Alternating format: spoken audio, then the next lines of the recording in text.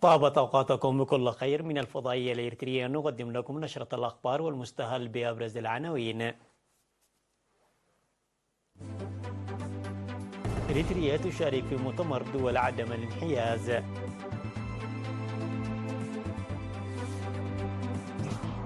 اكتمال سجل الإقامة في الإقليم الأوسط بنسبة 80%. نتائج مرضية من التوعية للتبرع بالدم في مصوع.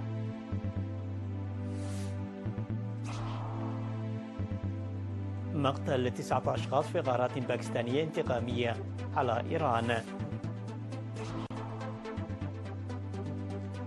وفود من الولايات المتحدة واليابان وكوريا الجنوبية يبحثان التهديدات. مقتل 20 شخصا على الأقل في انفجار مصنع للألعاب النارية في تايلاند. إلى التفاصيل. تشارك إريتريا في مؤتمر القمة 19 لحركة عدم الانحياز والمؤتمر الثالث لمجموعة 77 في الصين في كامبالا الأوغندية. ينعقد مؤتمر قمة حركة عدم الانحياز تحت شعار تعميق التعاون من أجل الرخاء العالمي المشترك، ومؤتمر مجموعة 77 والصين الثالث تحت شعار كي لا يبقى أحد في الخلف. وبحث اجتماع كبار المسؤولين الذي سبق مؤتمر قمة عدم الانحياز قضايا هامة ووضع وثيقة للمصادقة عليها من اجتماع القمة. تشارك إريتريا في المؤتمر بوفد برئاسة وزير الشؤون الخارجية السيد عثمان صالح وسفيرة إريتريا الدائمة لدى الأمم المتحدة السيدة صوفيا تصفى مريم. وعلى هامش المؤتمر شارك الوفد الإريتري في الاجتماع الوزاري الخامس لمجموعة أصدقاء ميثاق الأمم المتحدة. أعلن المدير العام لقسم الإحصاء ونظم المعلومات الجغرافية سيد تدروس تخلي إنجاز أكثر من 80% من سجل الإقامة في الإقليم الأوسط.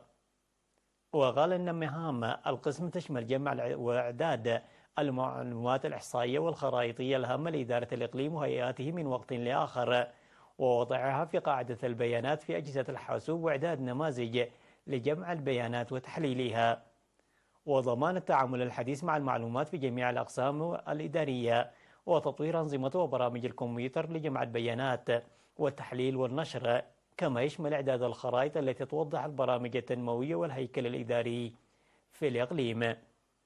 وأوضح تسجيل 43220 قضية لدى مكتب السجل المدني عام 2023 بزيادة 18% مقارنة بالعام 2022، مشيرا إلى تقديم حوالي 60 ألف وثيقة قانونية خلال 20 عام الماضية، 92% منها استخراج شهادات الميلاد. وذكر السيد تدروس أنهم توقفوا عن قبول أسماء جديدة منذ شهر مارس للعام 2023 خارج أكثر من 30 ألف اسم موضوع في السجل للحد من العمل المطلق في السجل. وقدم مقترح لوزارة العدل معدل بمراجعة تجارب الدول الأخرى لإيجاد حل إشكاليات الأسماء وحفظها. وأشار إلى أن المخطط المستقبلي تشمل تطوير وتحديث نظم المعلومات المتكامل في الإقليم الأوسط وتنمية الموارد البشرية وإعداد خريطة توضح إدارات الضواحي وحدودها والمحتوى الاقتصادي والاجتماعي والانتشار الجغرافي للمدارس في الإقليم ومعلوماتها الوافية، وتكامل التوزيع الجغرافي للمدارس في المنطقة. ودعا للقيام بالتوعية في أهمية السجل المدني وإصدار قانون عن الأسماء. أفادت الجمعية الوطنية للمتبرعين الطوعيين فرع إقليم شمال البحر الأحمر أن أنشطتها لضمان توفير الدم الكافي والآمن في العام 2023 من خلال رفع مستوى الوعي العام حول التبرع بالدم الطوعي قد أسفرت عن نتائج إيجابية. وأوضح رئيس الفرع السيد أحمد جعفر في التقرير الذي قدمه في الاجتماع الذي عقد في مصوع يوم 17 من يناير التبرع ب 1036 كيس دم في العام 2023 من الموظفين والطلاب. وناقش الاجتماع وضع التبرع بالدم على المستوى الوطني والإقليمي وفوائد التبرع بالدم والمفاهيم الخاطئة حول التبرع بالدم وخطة العمل لعام 2024. وقال المدير العام لقسم الخدمات الاجتماعية السيد رزنيف السهاء أن الجمعية الوطنية للمتبرعين الطوعيين بالدم وسعت نطاق تنظيمها وتمارس نشاطاتها حتى في المناطق النائية في مديريات نغفة وفعوة وفورو وقلعلو وقارورة. واقترح المشاركون توسيع نطاق مواد التوعية حتى المديريات وتكثيف أنشطة التوعية. وأشارت حاكم إقليم شمال البحر الأحمر السيدة أسمرة أبرهة بالعمل الذي قامت به الجمعية حتى الآن وحثت الجمعية على تقييم أنشطتها في المديريات ووضع برامج على أساس التقييمات. تساهم روضة أطفال الأمهات المعلمات في مدرسة الدقيح الابتدائية بدور إيجابي في العملية التعليمية. وأوضح مدير المدرسة الأستاذ محلة بنباي أن الروضة التي هي في عامها الثاني تم تخصيص مربية لها، مما ساعد المعلمات للتدريس دون قلق على الأبناء. وقال المدير الإداري في المدرسة الأستاذ إسماعيل إدريس أن الروضة حققت نتائج مرضية، مشيرا إلى التأثير السلبي لدخول المعلمات إلى الفصل مع أبنائهن، حيث يتركز اهتمام الطلاب على الأطفال. وذكرت الأمهات المعلمات أن روضة الأطفال مكنتهن من تأدية عملهن بارتياح. وحثت مربية الأطفال السيدة فاطمة أحمد المؤسسات الأخرى على تقديم مثل هذا البرنامج لأنه سيفيد المعلمين والأطفال. تلقى 40 شابا في مديرية هيكوتا دورة تدريبية مهنية ل3 أشهر نظمها الاتحاد الوطني للشباب والطلبة، وركز التدريب على المفاهيم العامة للإلكترونيات بالإضافة إلى التصوير المتحرك والثابت. وقال ممثل الاتحاد الوطني للشباب والطلبة في المديرية الأستاذ عبد الكريم محمد في كلمته في مناسبة التخريج أن التدريب يندرج في إطار برامج الاتحاد الرامية لتطوير المهارات المهنية للشباب وزيادة إنتاجيتهم. وأوضح ممثل الاتحاد الوطني للشباب والطلبة في إقليم القاشبركة بالإنابة السيد ماريكوس غرماسين أن التدريبات المهنية والحرفية لها تأثير إيجابي على كفاءة الشباب. وذكر المدير التنفيذي في إدارة مديرية هيكوتا السيد أراغاي مبرهاتو أن تنمية الشباب مهمة لا يمكن تركها لجهات معينة. الأخبار العالمية بعد فاصل قصير، تفضلوا بالبقاء معنا.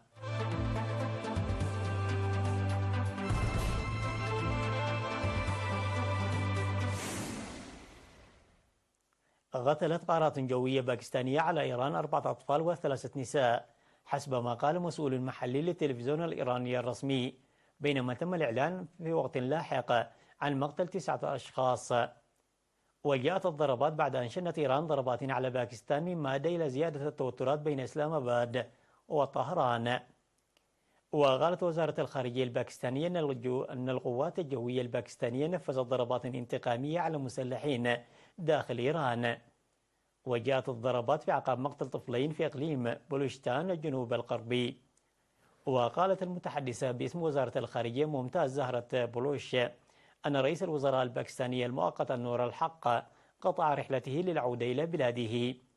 وقال جيش تحرير بلوشتان وهي مجموعة انفصالية في بيان أن الضربات استهدفت أفراد من الجماعة وقتلتهم.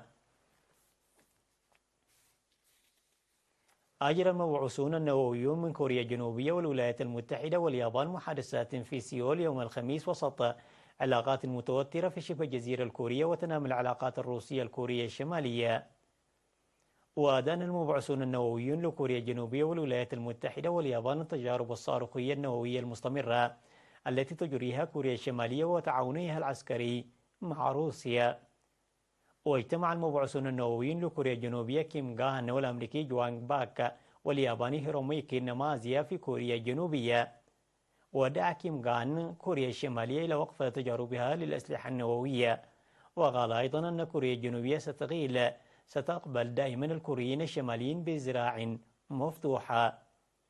وكان قد أعلن أن الزعيم كيم جون أون في برلمان بيونغ يانغ أن كوريا الشمالية ستتخلى عن التزاماتها طويلة الأمد بالتوحد السلمي مع كوريا الجنوبية، وأمر بإعادة كتابة دستور كوريا الشمالية لإلغاء فكرة الدولة المشتركة بين البلدين.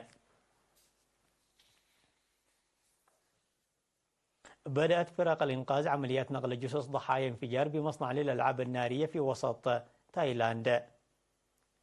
وكانت السلطات المحلية قد أعلنت مقتل حوالي 20 شخصا بالحادث الذي وقع في إقليم سوفان بوري شمال غرب العاصمة بانكوك. وكان هناك ما بين 20 إلى 30 عاملا بالمصنع وقت وقوع الانفجار، ولم يعثر حتى الآن على أي منهم أحياء، وهو ما يشير إلى احتمال ارتفاع حصيلة القتلى. وقالت الوكالة الوطنية لإدارة الكوارث في تايلاند أن سبب الانفجار قيد التحقيق. ويرتفع الطلب على الألعاب النارية في تايلاند بقوة خلال الفترة الحالية من العام، والتي تسبق الاحتفالات بالعام القمري الجديد في عدة دول آسيوية في فبراير. حذر تقرير صادر عن صندوق النقد الدولي من أن 40% من الوظائف حول العالم ستتأثر بالذكاء الاصطناعي. وقال التقرير أن الوظائف في الدول الاقتصادية الناضجة مثل الاتحاد الأوروبي وبريطانيا والولايات المتحدة الأمريكية قد تتأثر بنسبة أعلى، مع وجود المزيد من الوظائف التي تتطلب مهام معرفية. وصدر التقرير حيث سيكون صعود الذكاء الاصطناعي والذكاء الاصطناعي التوليدي على وجه الخصوص نقطة نقاش رئيسية.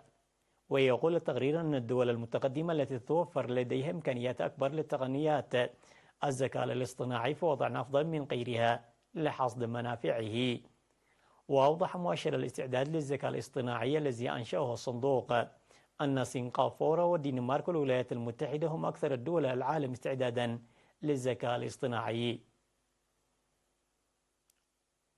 تذكير بالعناوين مرة أخرى. إريتريا تشارك في مؤتمر دول عدم الانحياز.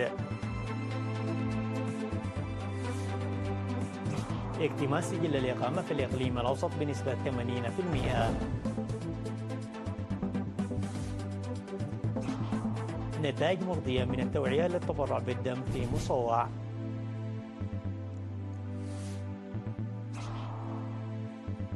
مقتل 9 أشخاص في غارات باكستانية انتقامية على إيران.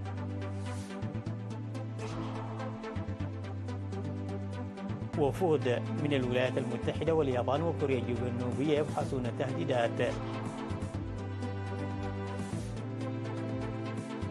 مقتل 20 شخصا على الأقل في انفجار مصنع للألعاب النارية في تايلاند. وصلنا إلى ختام النشرة، إلى اللقاء.